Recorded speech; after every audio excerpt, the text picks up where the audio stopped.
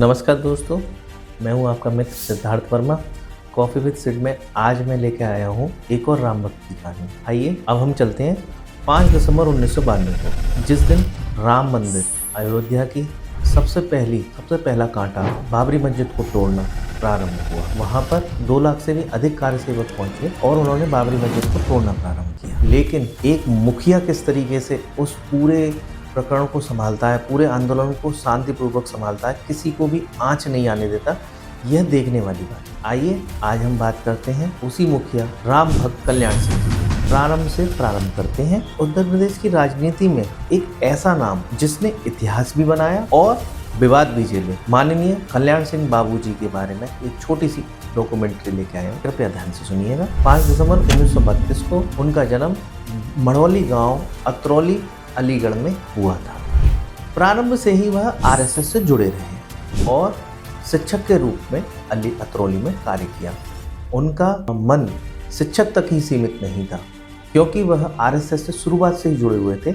इसलिए उन्होंने राम भक्ति के कार्य के लिए अग्रसर हुए और राजनीति में अपना पहला कदम रखा। 1968 की बात है जब उन्होंने पहली बार अतरौली से विधायक बने और इसी क्रम में वो आगे बढ़ते हुए विधायक बनते रहे, चुनाव जीतते रहे और बीजेपी में प्रमुख नेता बन गए। अब आगे बात करते हैं हम बाबरी मस्जिद की। जून 1989 में सर्वप्रथम हिमाचल प्रदेश पालमपुर में किसी नेशनल पार्टी ने पहली बार राम मंदिर को अपना एजेंडा बनाया, जिसमें उन्होंने बात रखा कि राम मंदिर का फैसला किसी अदालत द्वारा नहीं किया जा सकता, क्योंकि राम मंदिर हमारी आस्था से जुड़ा हुआ है। ये उनका पहला फैसला था। इसके बाद 5 नवंबर 1989 को पहली बार कामेश्वर जी द्वारा पहली ईंट रखी गई और फिर उसके बाद 25 सितंबर 1990 को गुजरात सोमनाथ से अयोध्या तक की यात्रा 1000 किलोमीटर की यात्रा रथ यात्रा प्रारंभ हुई,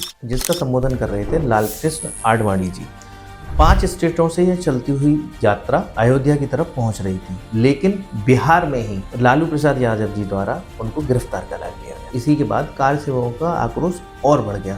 कारसेवकों का आक्रोश बढ़ने के बाद उन्होंने 25 अक्टूबर को अयोध्या में काफ़ी कारसेवक इकट्ठे हुए और उनके अंदर काफ़ी गुस्सा था। उस समय पर मुलायम सिंह यादव जी उत्तर प्रदेश के मुख्यमंत्री थे। मुलायम सिंह यादव जी ने कारसेवकों के ऊपर गोली चलवाई और उन्होंने दावा किया कि मात्र 10 या 12 लोग ही मृतक हुए हैं, ज़्यादा लोग घायल नहीं हुए। लेकिन बीजेपी ने उसे कभी नहीं माना। बीजेपी ने हमेशा ये वाली बात रखी कि नहीं, ऐसा नहीं है, 50 से भी अधिक लोग इस आंदोलन में मृतक हुए हैं।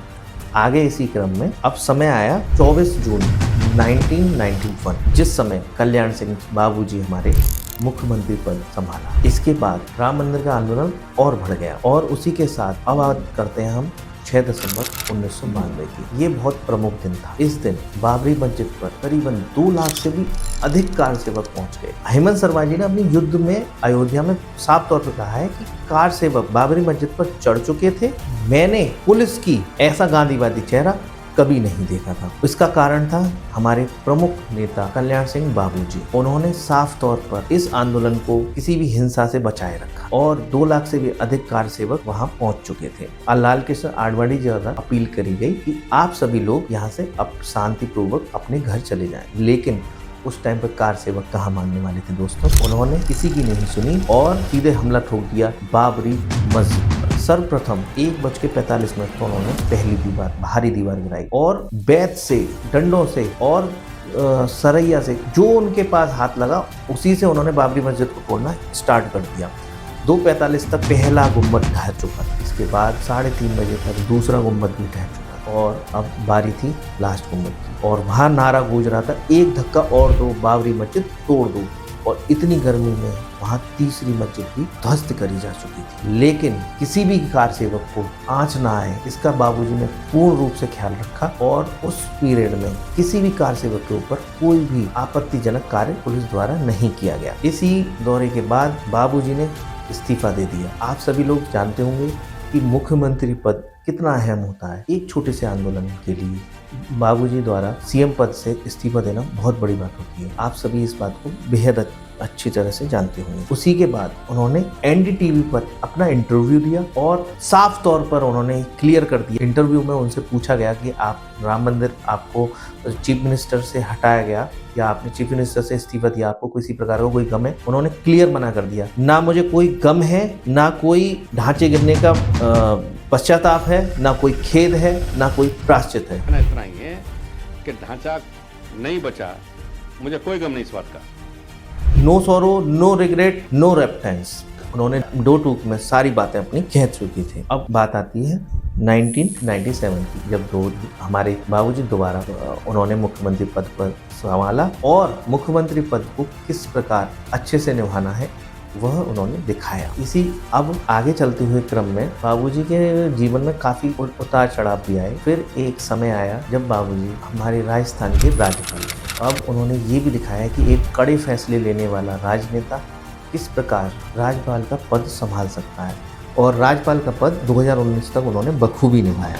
राजनीति में उनके कई मोड़ आए, उन्होंने दोस्ती भी देखी, दूरी भी देखी और फिर वापसी भी की। 21 अगस्त 2000 लखनऊ में उनका निधन हो गया। ये एक युग का अंत जरूर था, लेकिन कल्याण सिंह जी के ऊपर बहस आज भी जारी है।